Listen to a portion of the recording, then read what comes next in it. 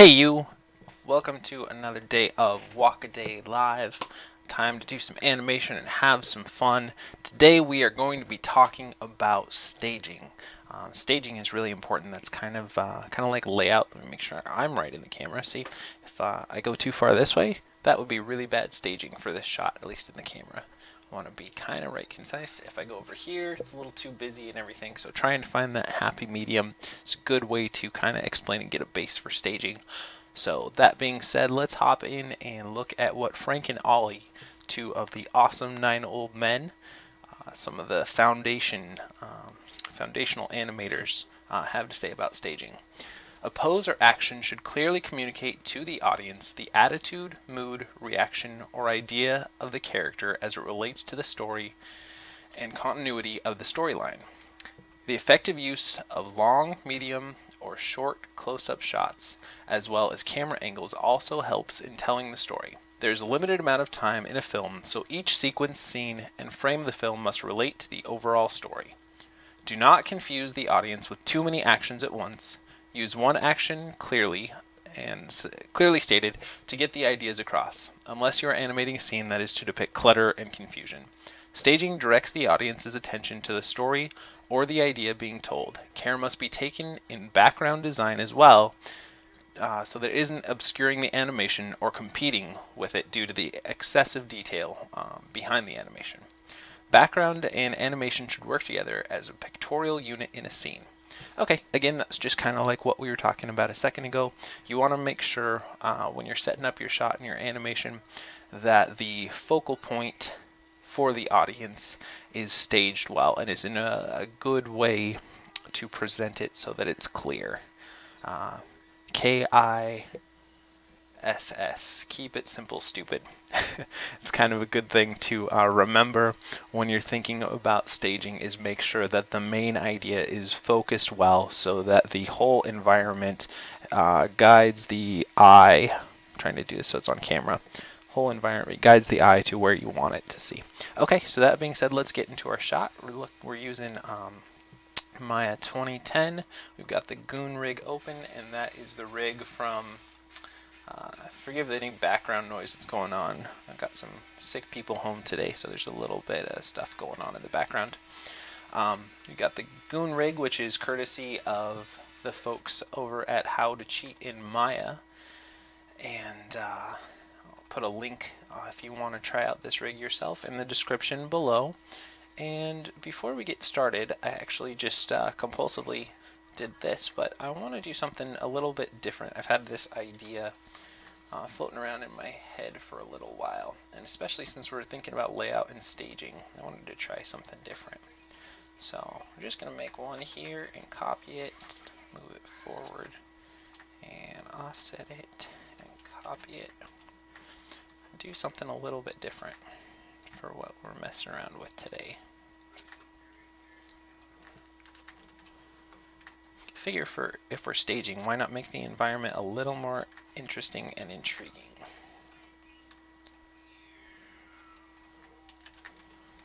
So we'll have him kind of stepping through more of a precarious environment. We might need to shorten the distances between those, but we'll see. Again, animation's all about playing around and getting what works and figuring out what doesn't work. So right now I'm just doing Control C, which is copy, and Control V, which is paste,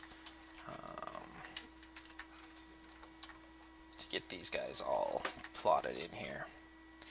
Okay, so now that we got a basic setup, they might be too far spread apart. We'll see how much of a step that's gonna be.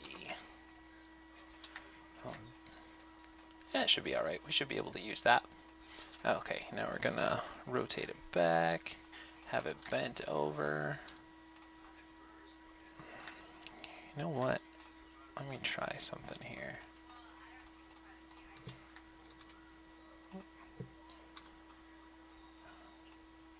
Is there a way to do them all?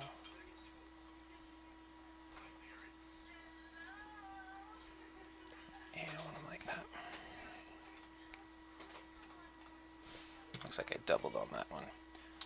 Now let's just take them all back and put them all back at translate Y0. because we resized them there. That's what changed everything. Seem to be a little bit not as talkative as I should be today. Sorry about that. So we're just setting up this scene here, laying everything out, figuring out what it'll look, and I think we'll do a staging thing, so it'll be kind of like that for an intrigue, with looking at the background and looking at the layout, something a little bit different than we usually do since we're thinking about staging today. But anyways, let's get into setting up that first pose. Again, a couple of the fun tips that I like to do right away is don't get your feet straight forward and back.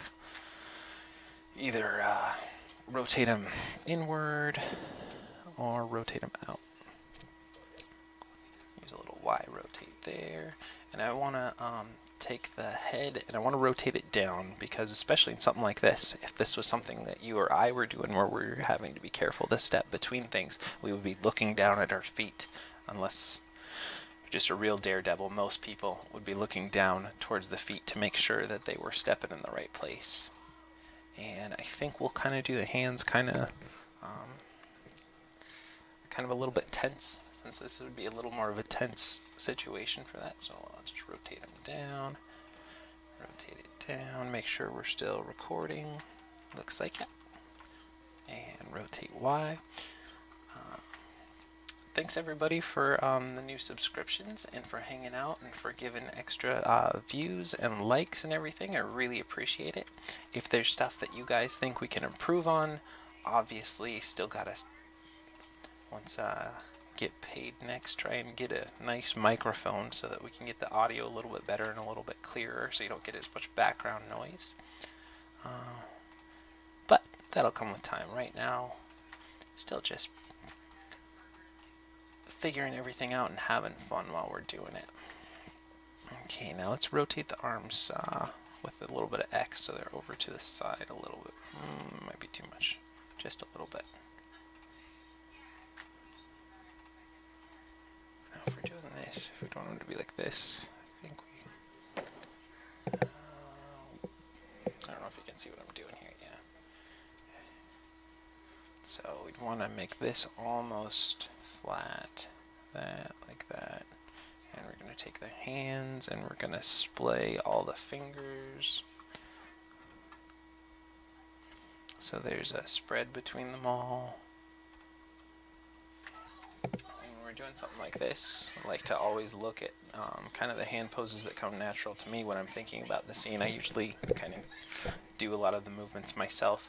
So let's try and mimic something similar to that. So that would mean the base of the hand would be up, then the mids would be down, and like this. Those would not be completely curved in, but a little bit. Now, probably going to have to find a better angle for that, but I think that's kind of what we're looking at here. Again, sorry for all the noises outside. Definitely got some stuff going on over there. And then let's see, when we're doing that, the thumb, how is the thumb looking? The thumb, it's a light little curve in, so let's spread the thumb out a little bit and bend the tip in just a little bit. There's a lot of background noise, everybody, today. I apologize.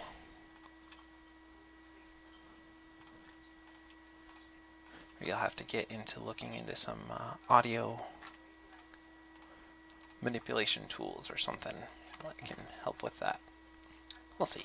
But what we're really focused on doing these videos is the animation itself, and we're doing that. We're getting in there. I hope you guys are doing a little bit more animation every day yourself. Hope this is maybe inspiring you to get in there, and even if it's not perfect, just get in there and learn new things, try new things, or whatever medium you're working at. If it's working out in the gym, keep going. If it's cooking new food, try something new. You know, just get out there and keep trying every day. Okay, that thumb feels a little too much. And now the next thing, I like this as well, but the thing that I'm looking at here that's a problem with this is the arms are, you can't really see both of the arms. You see them almost as a uni-arm between the two if we're looking at that. But remember, we're going to be doing kind of this kind of an angle here for our shot, so that'll be okay. Okay, I think that's fair enough of a starting pose to work with. So let's first off, let's save off our shot. So go to File, Save As, punch in some numbers, because I'm not sure exactly. I was thinking maybe precarious, but I don't know if I've used that already. So I'll have to think of a good name for this. We're going to select everything that's there, and we're going to hit S for set a key. Okay, now let's start getting into this stuff. Now we know that on 12 it's going to have to be on this one. So that means the hips are going to have to be here. So we got that. On this one, we're going to definitely, on this walk, we're going to definitely have to set up each of the steps to make sure that we're reaching the new platforms, new little hovering platforms here. Let's raise the hips up. I think we're not going to do too much up and down on the hips on this one as far as what I'm thinking to begin with, but we are going to have to do a lot of side to side because we're going to want that weight to definitely move over the other foot when it's up so high and precarious off of that. So let's see. Like what I'm saying is we'd want to definitely shift the weight over that foot in case you didn't understand what I was saying there, and vice versa when we get to the next step. Okay, now set what we have there at 12, and let's bump that forward to 24, and let's take the hips and move those forward there. Okay, 1, 2, looks good. We'll set our key there. Then here we're gonna raise it up a little bit and rotate it back. And we're also going to take that sway that we had on the hips over here and move it over that foot. And again, we're just laying the groundwork here for the shot. We can go in and retweak all this stuff if need be. And it looks like we're going to have some knee pop stuff going on here too. So we've got to figure that all out. But we're just laying the groundwork. These are going to be some wide steps. So we might have to just universally lower the hip controller down a little bit more. Okay, just go to the time slider and we're going to add our second of animation in there. Go to 48 and we'll raise that foot up there. Drag the hips forward. Oh, you know what? Sorry about that, folks. I want to set this at 24 and we're moving to 36. I think I didn't move to the right key there. And drag the hips forward. And we'll take the intersection and raise that up. Drag it back. Rotate it down. Bring it down. Raise the hips up on the passing position and down on the contact. Then we'll set that at 36 and bring it together at 48 to there. Pull the hips forward. There we go.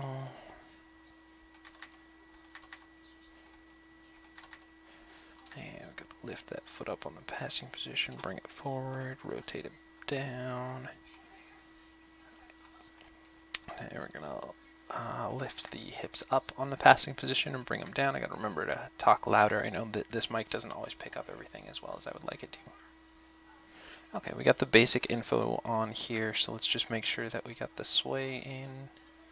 And yeah, we're gonna have to clean this up because that's gonna have some funky knee stuff, so maybe we'll have to tone it down. We'll see. We'll just keep playing with it, keep figuring it out here. Want it over there, over here, and back to the middle. Okay, so let's go open up our graph editor now, and let's clean up the hips a little bit, and then we'll see what we got from there and what we need to work on. So let's go into the Translate Z's. I thought that was going to be a little more jolty than it was, but that's still a pretty decent movement forward. Oh, excuse me, I gotta close something up here. There we go. Make sure that the and I'm gonna right ahead turn off the little grating here that he stands off just because that's distracting me. Now let's go into the Translate Y's, and it looks like we forgot to do a passing position there on 18, so let's go back to 18 and do a little raise up.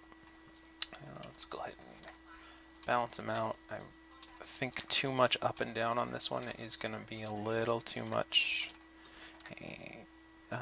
movement when we got them making such long steps, such long wide steps. Okay, so let's see. Now the main thing that I'm seeing here is right there, we got to figure out how we're going to do that. How we're going to fix that up, because that's going to be a problem.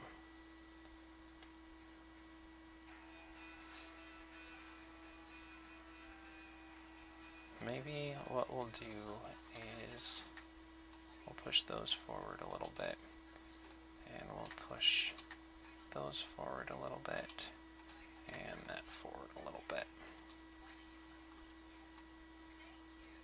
So we're going to have to go back in and reset what we had on 12. There, there.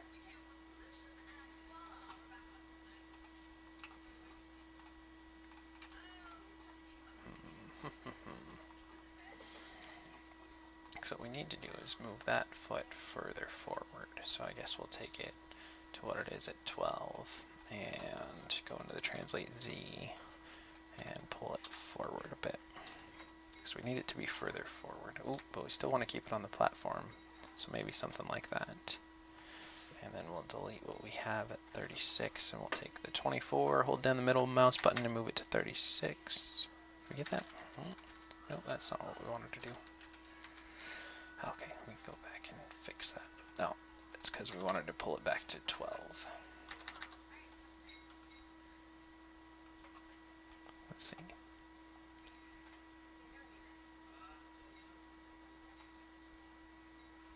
That first step still feels a little too big on here. So let's look at the how much translation we have on that foot comparatively. I guess it's not that much bigger, but I think we should probably still bring it forward a little bit more on there and a little more on there. So it's not as big. So let's see how we did there.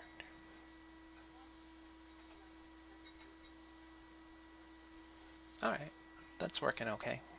I still feel like it might be stretching a little too much.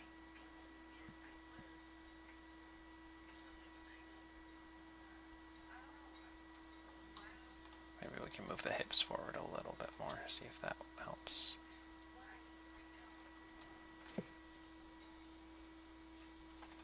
And we can always take the hips and just universally lower, pull up my graph editor here, lower what we have down a little bit more as well, just overall. See if that helps a little bit.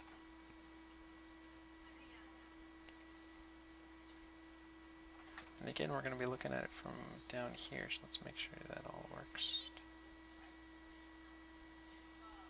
Okay, now we got to go and clean up the translates left and right on the hips. Ooh, look at it locking off there. That's no good. 18, 30, 42, and 48. Okay, so we want to do something like that.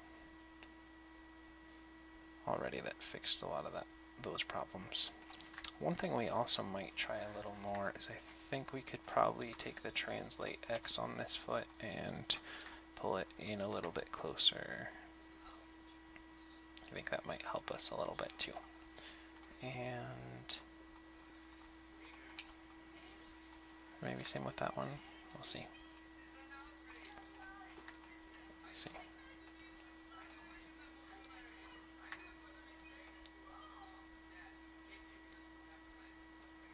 Okay, let's continue just working through everything. Not getting too hooked up on polish and stuff since we're going to add a lot more to it.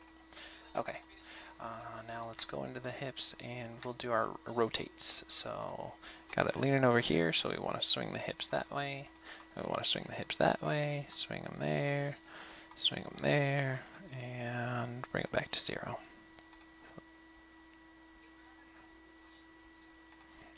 And now we want to rotate to favor each step, so we're going to rotate the hips that way, and then we're going to rotate them that way. See, that's a big step compared to that first one. And that's a little one, and that's a big one, and that's a little one. I guess this one's just going to be bigger steps. It's okay.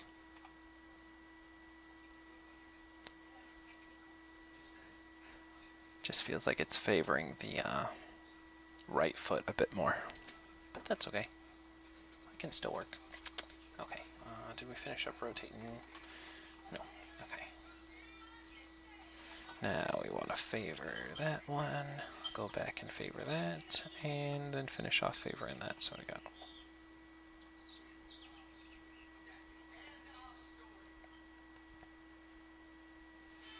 Okay, now let's go in and rebalance those. Again, I've never really done a walk exactly like this, so that we're going to have a little bit of, probably be a little bit of a longer video today than the other one.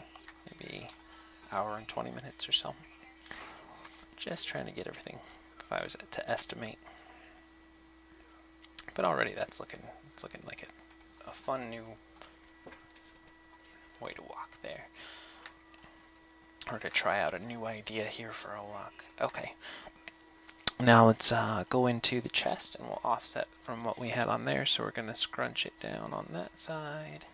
Scrunch it down on this side. Again, we're looking at the squash on this side and the stretch on the other. You always want to make sure you're putting the squash and stretch on there. It's one of the key principles. We're thinking about all the timing. We're thinking about overlap. Thinking about all that stuff that we've been studying and looking at. And the secondary action, that was another one we talked about. So the secondary action for this one would be that the way that he's walking. And also I think we're going to pull that one in a little bit more. And maybe that way too. Pull that out a little bit more. So let's see.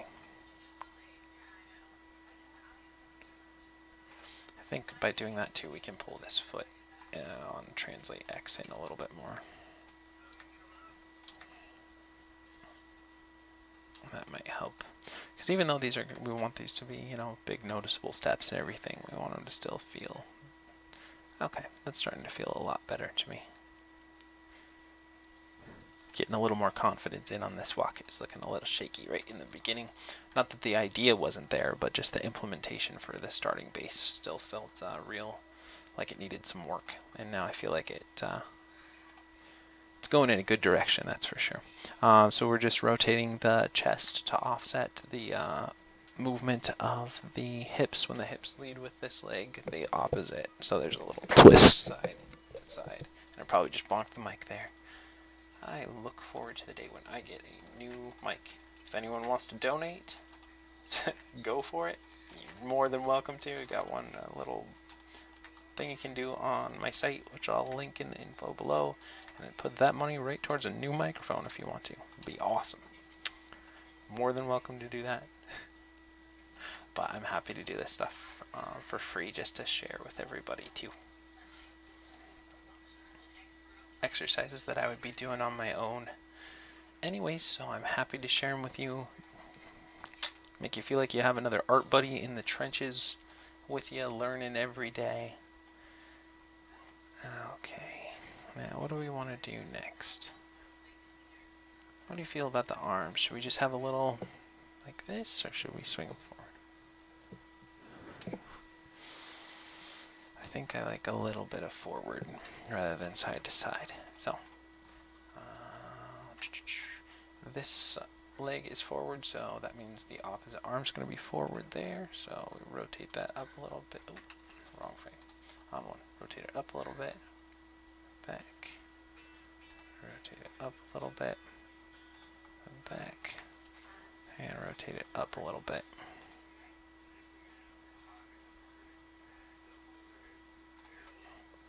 Okay, and we'll go in and we'll just clean that up a little bit in the graph editor.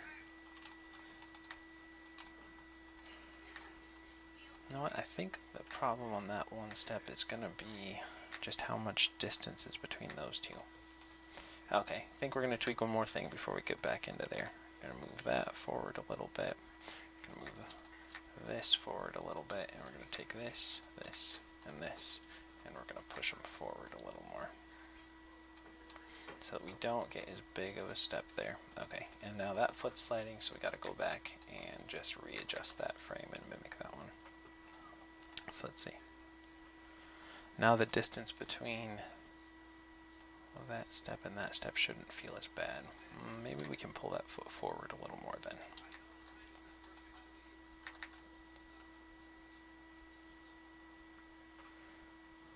Feels a little more even than in the spacing between the steps. And there's not one really long step in there. Okay. All right, now back into the arms. Let's say go into the upper arm here, and we're gonna swing that one back because this foot is, or this leg is forward, so that one will be back. Now that that foot's forward, again, if it's the left leg that's forward, then the right arm would be forward. And if it's the left leg that's back, then the right arm would be back. They move opposite to each other in a natural way that someone do. That doesn't mean that you can't do walks that it breaks that, because there are definitely, but that's the typical way a person would walk. The only thing with doing the arms this way is I feel like it's just the hands hitting the knees, which is kind of, it's not what I want. So, well, I still need to add some forearm and everything in here. First off, we're going to pull the forearm up here. And okay, so this is leaning forward, so we're going to drag the forearm down and up and down, up and back to what it was here. So let's see.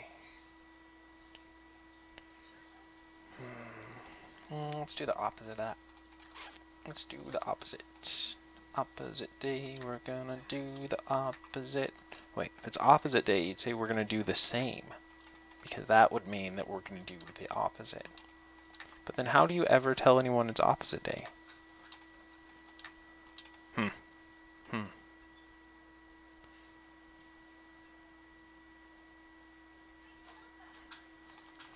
Feels like it's a little too much upward on the hand. I really wanted to keep these kind of to a bare minimum.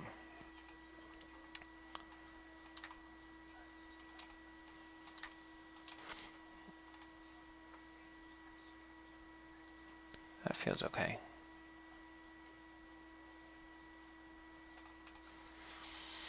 Now remember, in your own animation, it's going to be a lot of try this, get rid of that, try this, get rid of that, try this, get rid of that. If you really plan out your shot from start to finish, if it's, you know, especially if it's a dialogue shot or something, you're going to have to do a lot more planning. But that doesn't mean that you don't just go in and keep tweaking things and keep readjusting and doing it until you find something that really works, that looks smooth, that looks polished.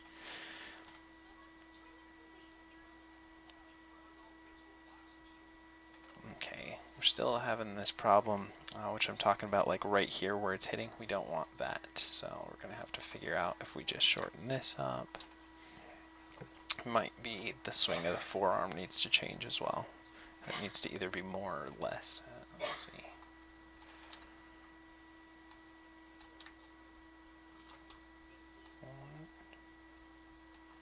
Okay, we don't want it down that far, so maybe we just do something like that. Yeah, see, that way we always are leaving some space in between there, so the silhouette wouldn't seem, I still might even exaggerate that a little bit more, but at least it's not hitting before. Okay, and we want to do the same on this side, so when that leg lifts up, oh.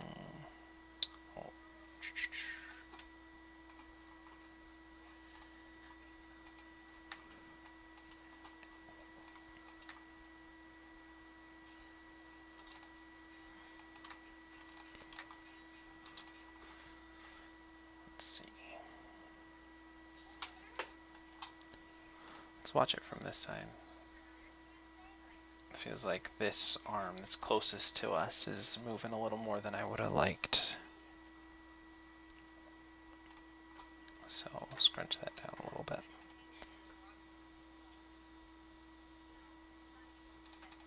And let's go into the forearm, and we'll shorten that down a little bit too. I feel like it's raising up too much, and it's also dipping down too much. So we just want to overall.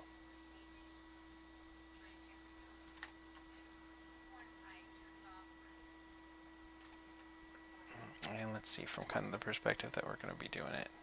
The main thing that I'm noticing here when we're looking at this is the feet feel really staticky.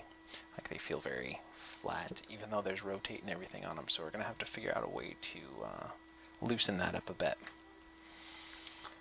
First go in and I notice that the translate Y's on each step are very off. The left foot feels like it's not raising as high as the right. So let's see if that balances everything out a little bit more.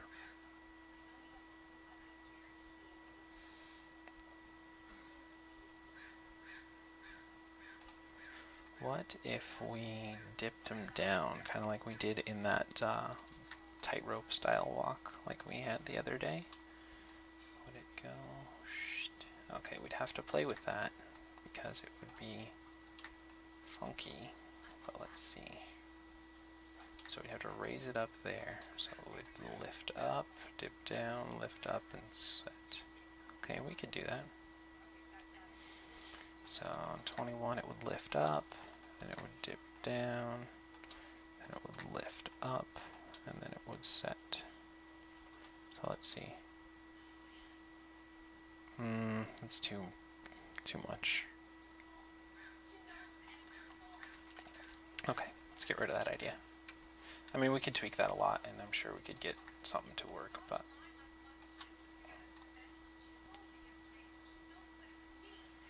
I think we could still maybe just have the raise be over here. The only thing with that is we're still getting that intersection with the arms, so maybe we'll just pull the whole chest up a little bit so it doesn't crouch as much.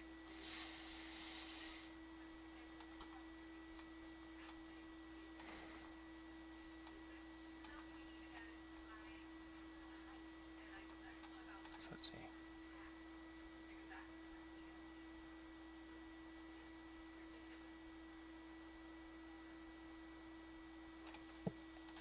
So what I was talking about pulling the chest back, let's do it so it's up here a little more.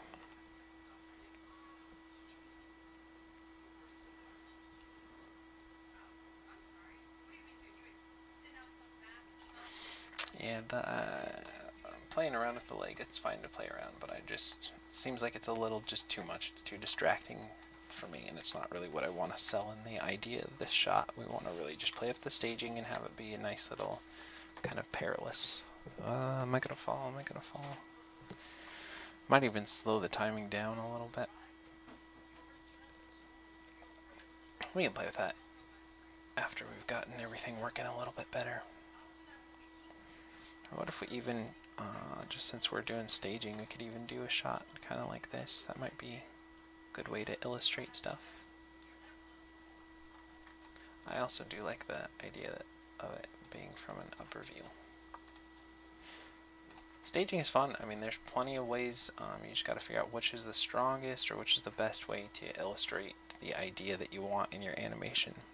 That's one of the cool parts about staging. It's less about the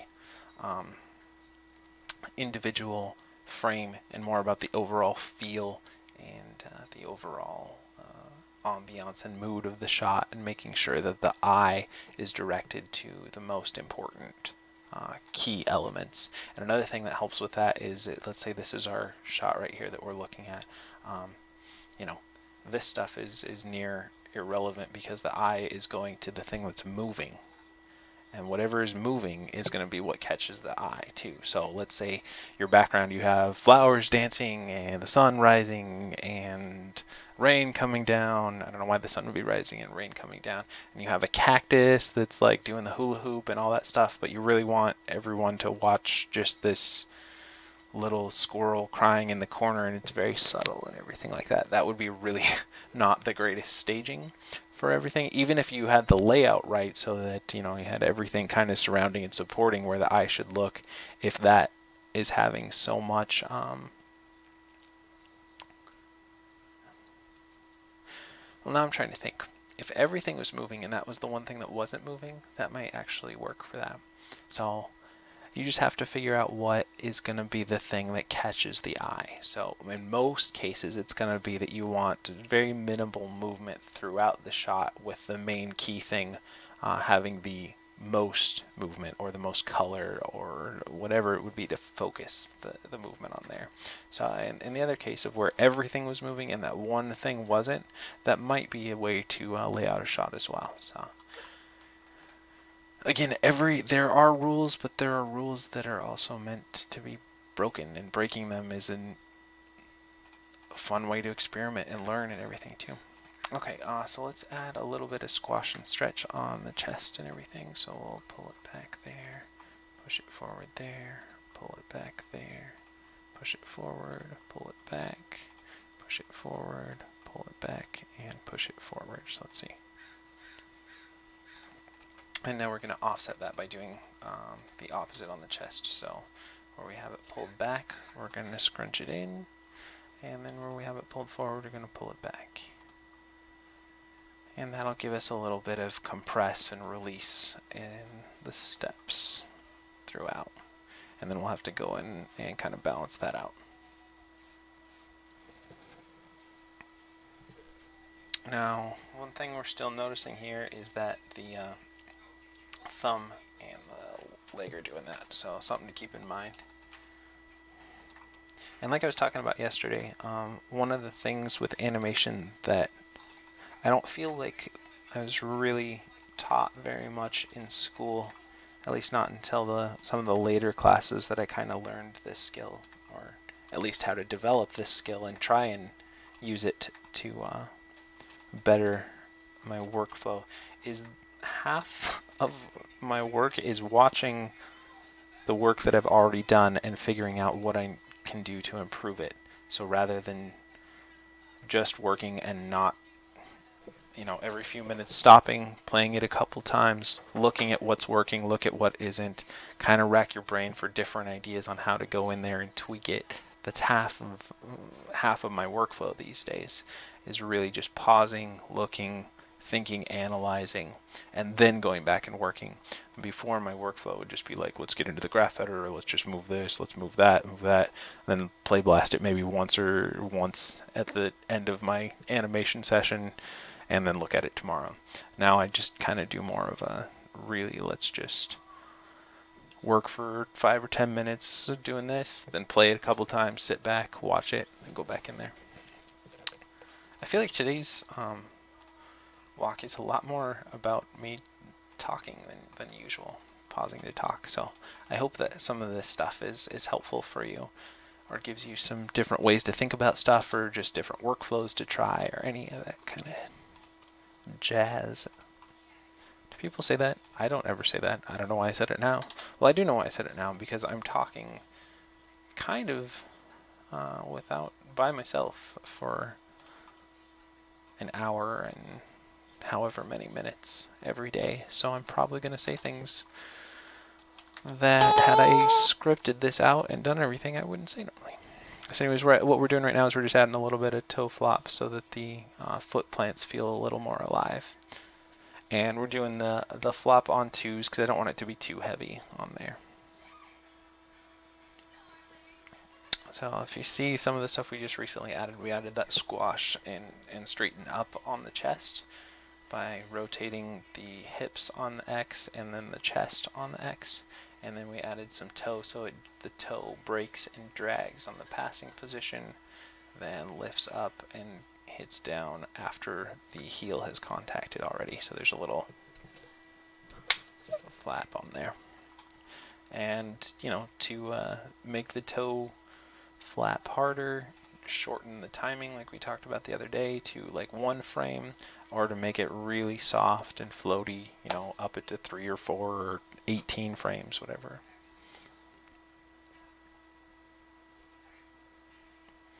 Okay, I'm just going to save off what we have right now, and let's go into putting a little bit of keep alive on the wrists.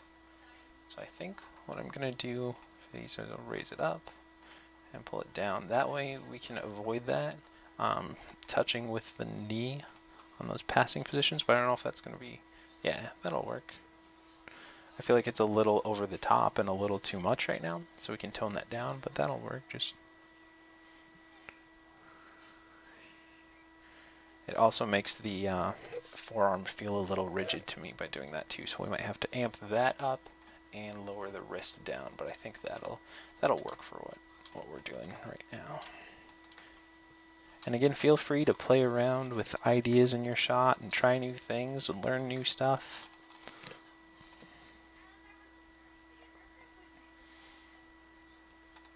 Okay, and let's amp this guy up. So while I'm doing this, and I'm going to do the same in the other arm, I want to give you guys a couple of cool sights and things to check out. It's still hitting right here too much. Why is that? What am I doing here? So rotate Z too much on that one? No, what about the offset on here? Because we're not getting the same on there. I think that's what might be it. Because that isn't as balanced as the other one. And let's check the swing. No, let's try it here. That's about the same. It's just this step that seems to be the bane of my existence these days. So let's try pulling it down a little more. That also means we'll have to fix the rotate on this guy a little more as well.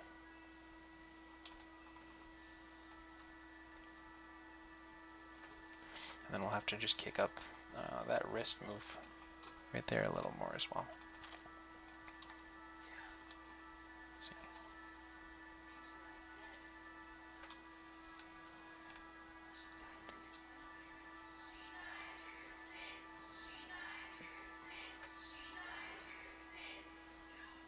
It's probably a weird thing to have on in the background. I think somebody's watching something, but I don't know if you could hear that or not, but it was definitely a little strange. So let's see if that fixed where we're at.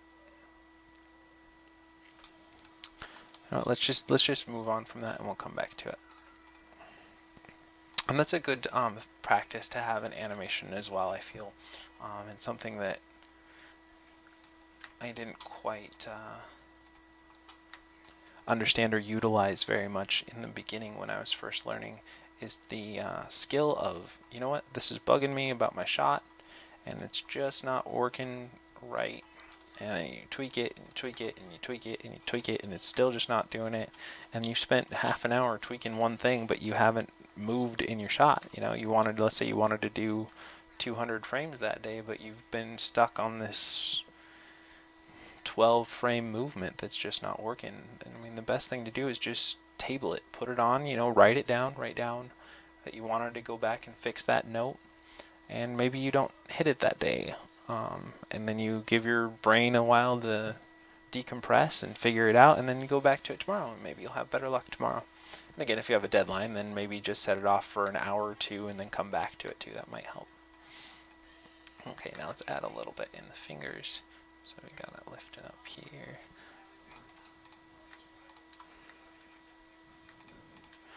Let's grab all of them, all of the base, mid, and tips.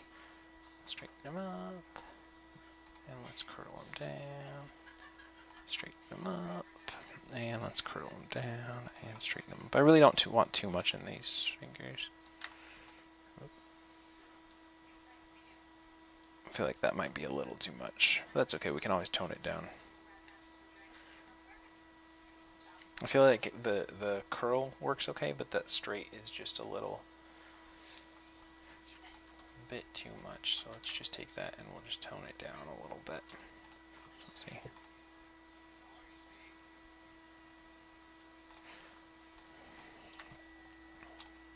Let's tone everything down too, because I don't want the focus when you're looking at this to be the hands curling at all, but we want to keep alive in there. There you go. See, that's toned down and that feels better. Now let's do what we usually do and lead with the base of the finger and follow with the mid and the tip digit. A friend of mine who's now a lawyer used to have this ongoing discussion whether the thumb was a finger or a digit. You ever want to have some weird fun, go look that up and figure it out and tell me whether the thumb is a finger or it's a digit. Okay. And then we're going to lead with the index finger by grabbing all the middle base tip and pushing those one frame previous. And that'll lead because it'll hit before the rest of them. And little base and tip, and we'll drag those back one so that that one's last. And that should split up the finger moves a little bit more. I still feel like that's a little too much movement, so maybe we'll tone down the mid on all that stuff. So we'll just go in here and just to tone something down. We're just grabbing all those controllers and just getting them closer together. The closer together you have your arcs and stuff is going to be the smaller the amount of movement. The further away that you have that stuff is going to be the bigger amount of movement that you have. Okay, well, that's all right. I still feel like it might be a little too much, so let's go into... And the nice thing is once we have kind of a system with the fingers, we can kind of throw that system into the other hand, and we don't have to do as much experimenting. So usually the first hand that I do in a shot, and again, you don't want to do exactly the same thing because you don't want to be like we're doing, you know, this hand, it looks the same as this hand and more robotic, and we move at the same time and do the same thing. But, you know, you do kind of want it to be, if I'm doing this, both hands are kind of doing a similar thing. So you want to be able to do that. Alright, now that feels like it's alright. I might do a little more up and down on the little base here, just so that you see maybe a separation in the shape of the hand. Like, you see this one, it's kind of hard to mimic on myself, but to mimic purposefully rather than naturally. Let's take everything that we have on the little and just drag it one more frame behind, because I really want to try and get a little bit of change of shape in that. There we go. That feels better. Okay, let's save what we're doing because we put some more work into it, and let's go into the other hand. Okay, so that we're grabbing all of the middle, the base, the mid, and the tips on all the fingers. And I believe this is the squash, and this would be the stretch, the squash, stretch, and resume again.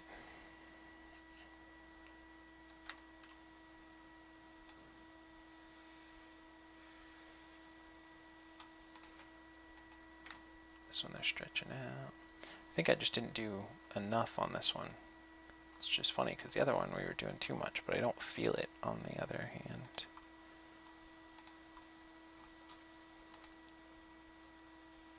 And we kind of talked about this the other day, and you might think, you know what, this is a 2-second thing. Well, it's working and improving your skills and stuff, but let's just say someone, the average person on YouTube is watching this, they're not going to know all the time that you spent doing stuff on the fingers and everything. They're just going to feel it. They're going to feel that it's alive. It's going to be more believable in your movement. So the time you're doing on this, I mean, if you don't want to do it, you don't do it. But if you want your animation to feel alive and to feel real, you got to get everything moving and not just, look, my hands. If you look at a lot of machinima, and one of I mean, I love machinima, and if you don't know what that is, that's like taking game assets and then turning them into like short form storytelling things or comedy bits or any of that kind of stuff. But the thing that that I always think, you know, that could be so much better if they could go in and really tweak and animate all that stuff.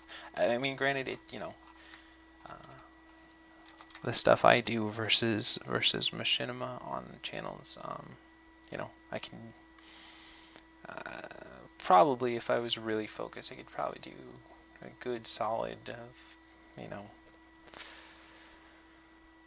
100 frames a day. That would be really something that I would be okay with. At this point, you know, 48 frames is something that I can do in an hour and have something really good. But if I really wanted to polish it and have a lot of really precise, you know, have everything on 1s and 2s. But, you know, with machinima, you can really go and, produce a good storytelling thing, you've already got some of the basic animations and stuff in there. But anyways, getting back to the point that I was talking about to begin with, the reason why you want to put this in your animation, that you want to feel alive, you want it to feel realistic, you want it to feel real, rather than those other ones where they're like, "Hi, welcome to my channel," and you just don't get all the life that would be by breaking up the movement, by dragging, by overlapping, by really going in there and tweaking timing and everything.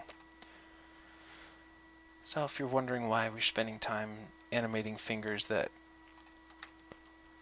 people will not even really, probably go in and look at as, why is there a finger move on that? What's that needed for? It's to make it feel alive. It's to make it take your animation one step closer to the next level, and to breathe life into it. The illusion of life. Again, if you haven't read those books, Animator's Survival Kit, Illusion of Life, definitely pick them up. They're a great read, and it's really cool, especially the thing that's cool about the Illusion of Life is it's a lot. I talked about Eric Goldberg's Crash Course, and how that, I feel like, really simplifies and gets to the meat of animating and everything. But the thing that's cool about the Illusion of Life is it's a lot of story and everything in there too, about how the studios came to be, how they kind of came up, and what the process was for coming up with this idea or that principle or any of that kind of stuff. And it gives you a little bit of like behind the scenes on top of that. Another, I'm just doing a little bit of thumb movement on here if you're wondering what we're working on here. Another really cool book to check out if you like kind of behind the scenes stuff. I'm a huge Miyazaki fan. It's probably in my top 3 of things that I just adore and could sit around and watch all day long.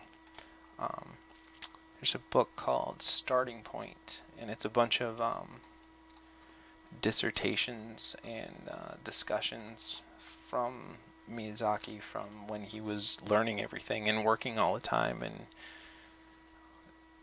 it's too much on the thumb, at least on the tip. So you're just going to squash that down a little bit. But it's really great. I mean, sometimes he just goes off on rants and stuff, but the way that I really enjoy, one of my favorite things why I love podcasting, or listening to podcasts and all that stuff on a lot of subjects, is just to see how different people view the world and different ways that they interpret things and understand things. I just think that's really fascinating from all aspects of life. I've been wanting to do this other series that hopefully, if people keep liking the content I put up, I'll be able to do out and be like a creative corner where I just interview different people, from musicians to artists, to painters, to animators, to web designers, to writers, to anybody who creates anything, and people who do toll painting conventions. I just really find it fascinating how people, it's going to sound a little funny, but access the muses. And by that I mean like what gets them into that creative mindset or the creative thought processes, and how they think through each of their ideas and develop them and go through. I almost find that more fascinating than whatever the actual product is just the how and why, and what drives them to do it, and what's the goal behind it, or just the feelings behind it and everything. I think that is almost, to me at least, I'm the one who sits around and I'll watch through the movie, but then I'll watch through how they made the movie 3 times and listen to everybody talk and go on and on about it, and what they, the guy who you've never seen before in your life. I'm adding a little bit of looseness into the neck right now, if you're wondering. We're just going to do a little bit of bounce in there. But the guy who's talking about the one scene he did in Pirates of the Caribbean or something, where he talks about how he animated all the tentacles on Davy Jones's face. I don't know. I'm going on and on. I should get back into talking about the walk. remember, if you if you enjoy me blabbing on, definitely comment on it. Let me know in the thing before. If you tell me no, just go back in. Tell me how you're going into the graph editor and which values you're using and how we move everything around. That's totally fine too. I'm more than happy to share any of the knowledge and skills that I have and I've learned with anybody out there who wants to try out the magic of animation and moving stuff around. I just think it's a really amazing art form. Personally, my absolute favorite is drawing, because I feel like drawing is one of the purest forms of mind to end result creation. And I like creating characters and worlds and all that stuff.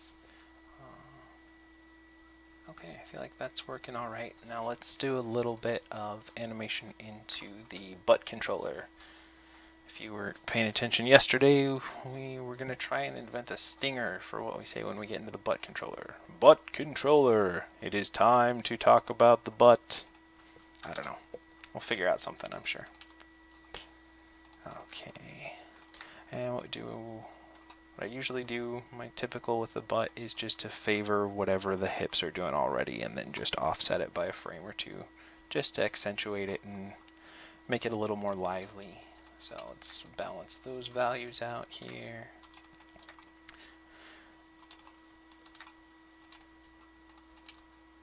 And again, most of the stuff that I do is probably on like a level 2 of animation for these videos, just because I try to keep them within, from start to finish, about an hour long, so I can't get too much into doing as much polish on the arcs and everything as I would like to, or as comes natural when I want to present something. We are getting a little bit of a funky knee thing if you look right here. It curves in and it kind of whips around a little fast on this screen left at this angle knee. So maybe the rotate might be funky, or yeah, it's a little too much rotate. And what about the translate?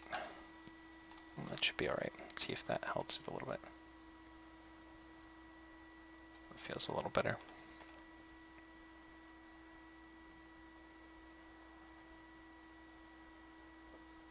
Now again, in finished, polished animation, you really want to go through on each and every frame and plot out and make sure, it would hit here, then it would hit here, then it would hit here, then it would hit here, and then it would land. So you'd want to plot out each of those points so that the arc of the knee was really tracking really well. But for the sake of starting and finishing and getting some out every day, going with it here. Okay. Now let's try looking at this from...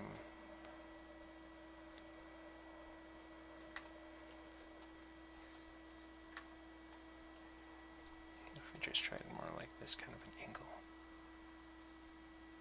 That works pretty well for me, I think. But I also do kind of like this kind of an angle.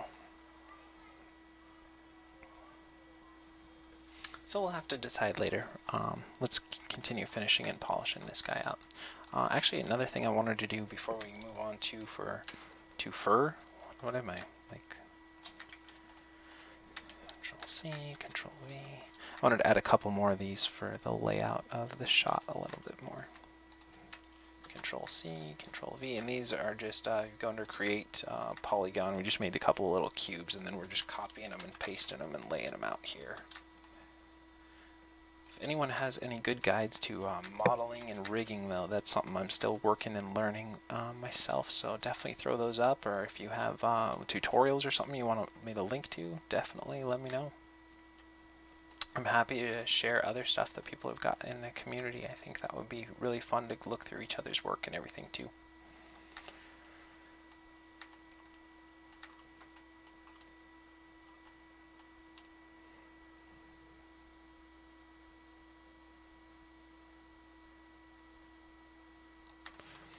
And let's look at it. Okay, I think we're probably going to do something. We're just trying to find, again, since we're talking about staging, we want to try and find a really good layout for our shot for today. So what if we tried something like that? Nah, I feel like it's not a good starting pose.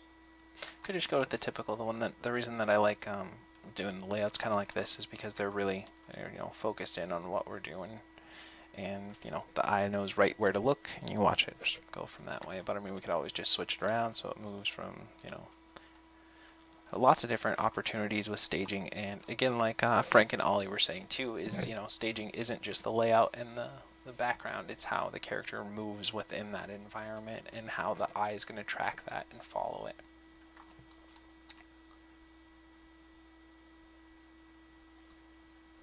I feel like that's working pretty well. Do we end up doing any animation on the thumb on this one?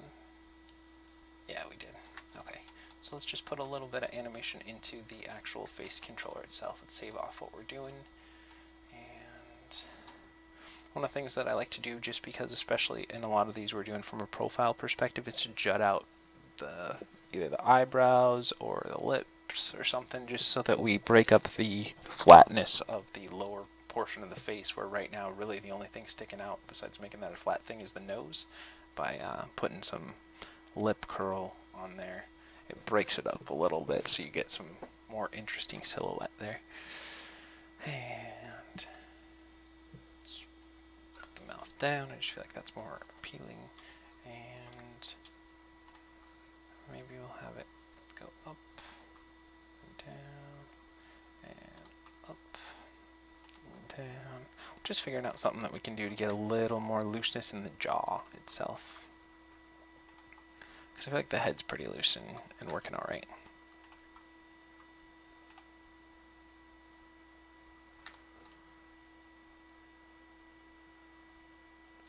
It might be a little too much, and I might switch it up to the other way as well. Let's try that and see if we like the way that looks.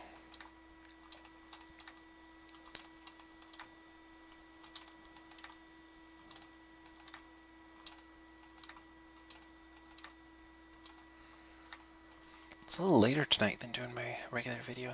Stayed up a little bit too late streaming some stuff last night. I feel like it just doesn't give that space between what I like, so I think we should shorten that up. No? Let's see.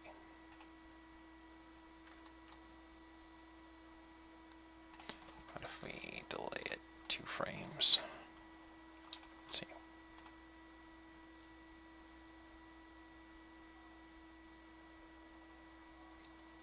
That works okay for me.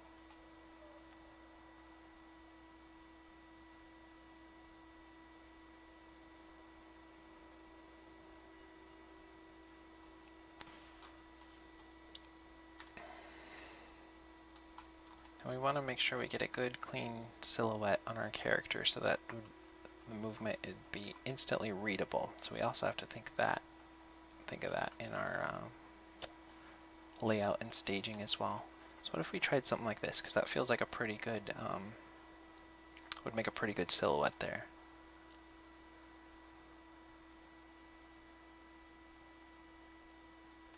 And I do kind of like focusing on the underbelly of the movement. I feel like it adds a little more dynamic angle, because it would be like the viewer is looking up at what's going on, which makes it seems a little more exciting to me.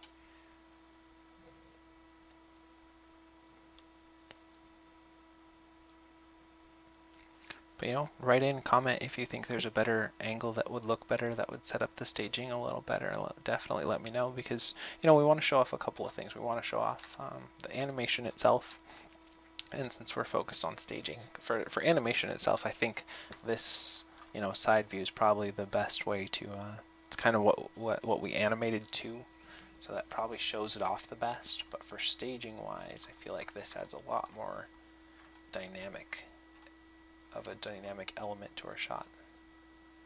But if we were doing this, I would probably want to pull the hands outward a little more rather than having them in, because this one hand from this angle is covering the face. So why don't we just try that? We'll go ahead and save off what we have here, because I feel like most things are working all right here. And let's rotate them out a little more.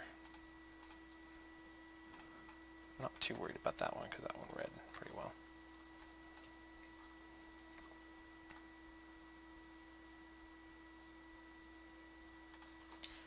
The only thing with that is now that elbow feels funky. So let's go in and rotate it in like that. Because that would be pretty good. Let's see.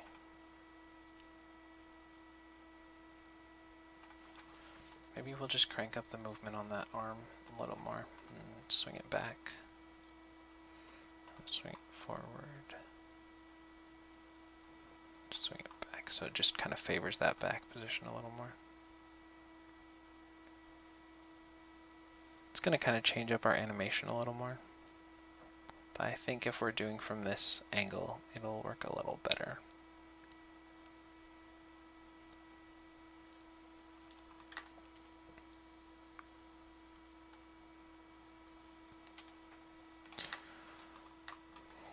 That's another tip too, is to really animate to the camera angle that you're going to be working with. Because then you don't have to go back and change everything. But it's really nice to get everything set up and working well so that you don't have to do that. You know, I'm just going to go ahead and undo that, and we'll just leave it kind of on this side perspective here.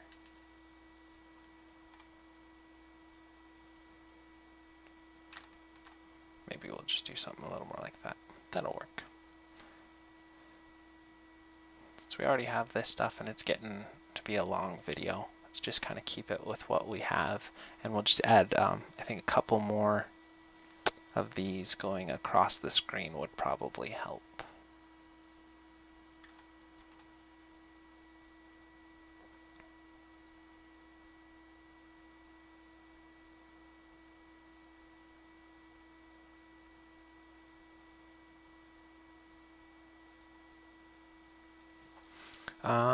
Right now, this step feels a little funky when this foot steps to that one. So let's check out where the positioning is on that passing position. It feels a little bit jerky. Let's go in and just smooth that stuff out a little bit more. I feel like that was pulling a little too fast off of that, out of the position and into the other one. Let's see if that feels a little better. Yeah, that feels better.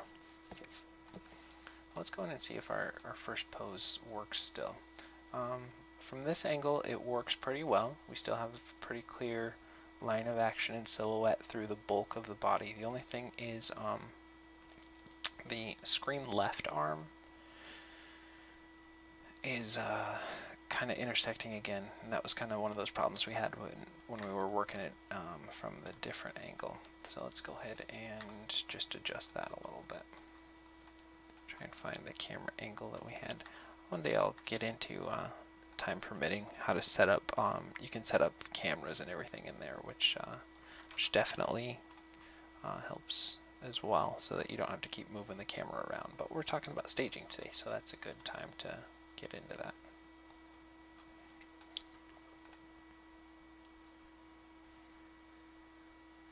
Okay, I feel like that's working all right. I got a little movement throughout. Everything's keeping alive. We got some steps going on. Yeah. And we got an interesting angle for this one too, which is about staging. And cool thing too, line of action. You know, we talk about it in the body and everything, but another way to look at line of action for the layout is like right across the screen we have the little blocks laid out, so that's going to give the eye a good kind of view for where to track the movement and everything, and that'll guide the viewer there. So let's add a couple more of these. Control C, Control V. Do one more there. And Control C, Control V. And we'll do one more out there. Does that seem about right? Let's do something a little more like that. Seems more appropriate. So Actually, that one seems off now.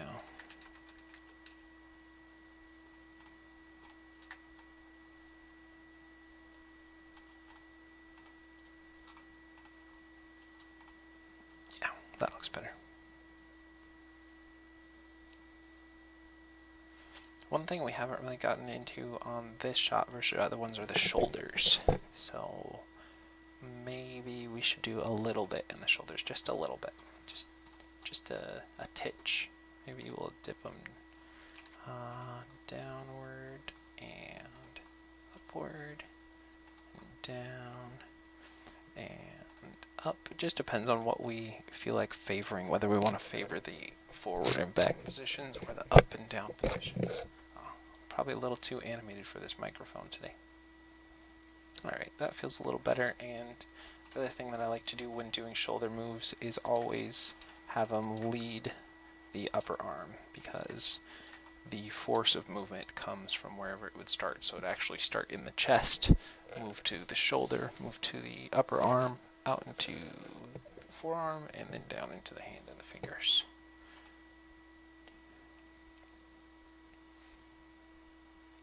And I feel like there's a good amount of movement in that hand, and the other hand is a little more subtle, but I think I'm okay with that because we don't want too much attention going over there.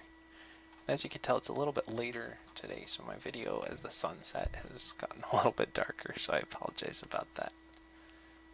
Let's go up. Now we're going to go down. Go up. Now we're going to go down. And then back up a little bit. So.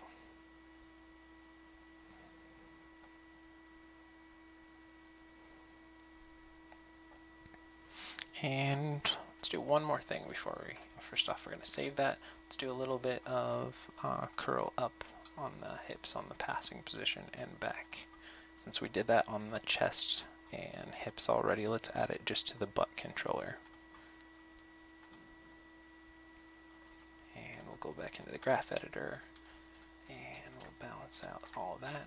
I do appreciate you guys checking out the videos. I hope they're helping you. I hope you feel like you got another person next to you working there. You know, you can throw this on in the background, have someone to feel like you have someone to talk to while you're through your art and animation and creating days.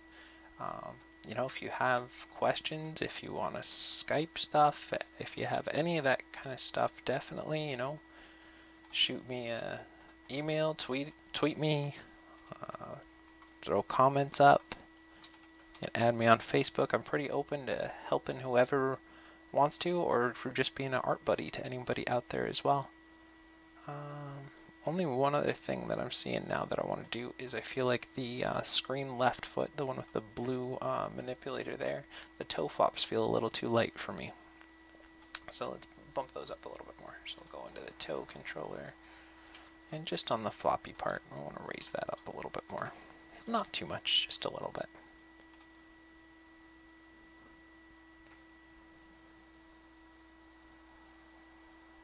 And maybe we will do a little less bounce on the head and offset it a frame.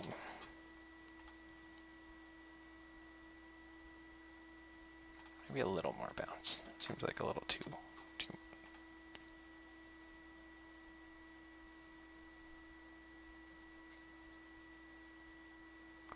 All right. Okay. So I'm just gonna Control S and save that again. Do show none, and we're gonna do, normally it's NURB curves. Those are like all the little manipulators around there, NURB surfaces and polygons, and that'll give us everything. But we're getting ready to play blast this, so let's turn off those NURB curves there. And we still have a few left with this rig, so we're gonna select all the manipulators here and the ones on the soles of the feet. We're going to hide those by going over to here, adding a new layer and turning the visibility off on that. Now let's watch it and make sure that everything's still working all right, even without those, because sometimes the eye plays tricks on you with all the manipulators there. Once they're gone, sometimes you'll notice things that you didn't. Still feels pretty good. The only thing I'm really noticing here is just with the layout on the scene, the distance here is feeling a little too much here. And I think I want to add one more of these. Probably like And those two are probably too close to each other, but we're getting close to the end of the video. I'm sure the, ooh, looks like I keyed that stuff on the wrong stuff, so let's go ahead and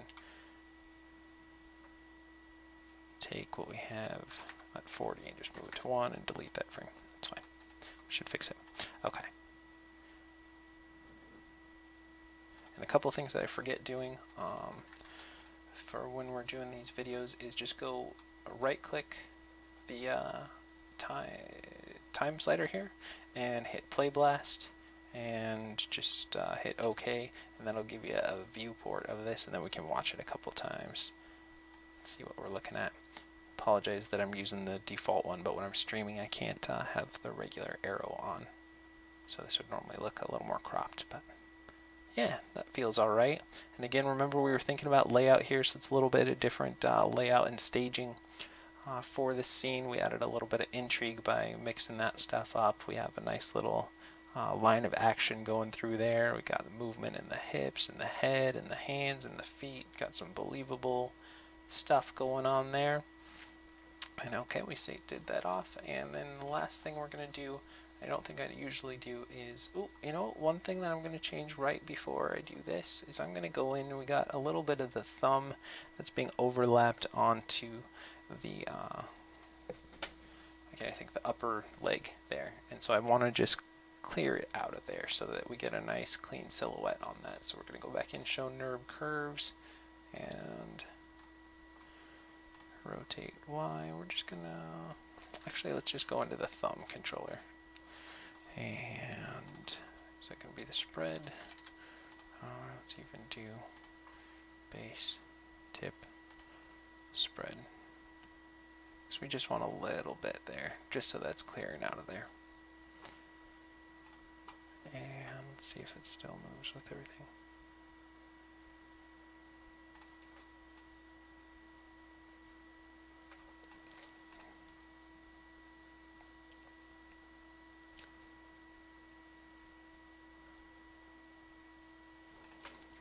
I might only do that just for the render because I feel like now with the visibility of the thumb, it feels like it's raising too fast just because you don't see the drag on the thumb. So we'll just do that. Go ahead and do that for the render for this, so we have a nice clean silhouette for our render for the pose for today.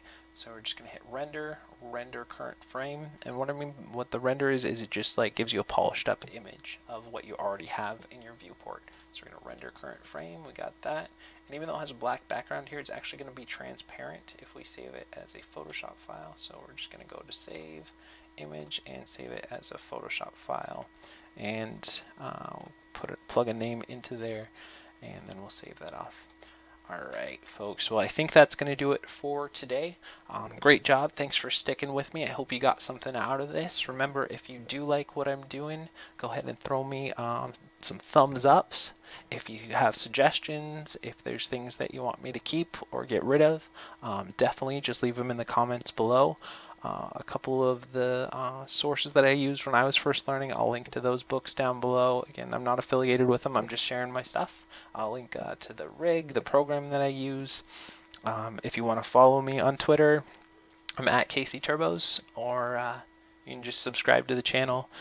Okay, well, I hope you guys are having an awesome, wonderful day. I hope you learned a little bit more about staging and layout and all that stuff for your shots, and or just at least getting that in your mind for when you're working on your own personal work. Maybe you'll think a little bit more about that today too. Anyways, I hope you have a great and wonderful and awesome day, and until tomorrow, I will see ya. I love you lots. You guys are awesome. And if I remember how to use this XSplit program, I will just hit the stop recording button, which is right over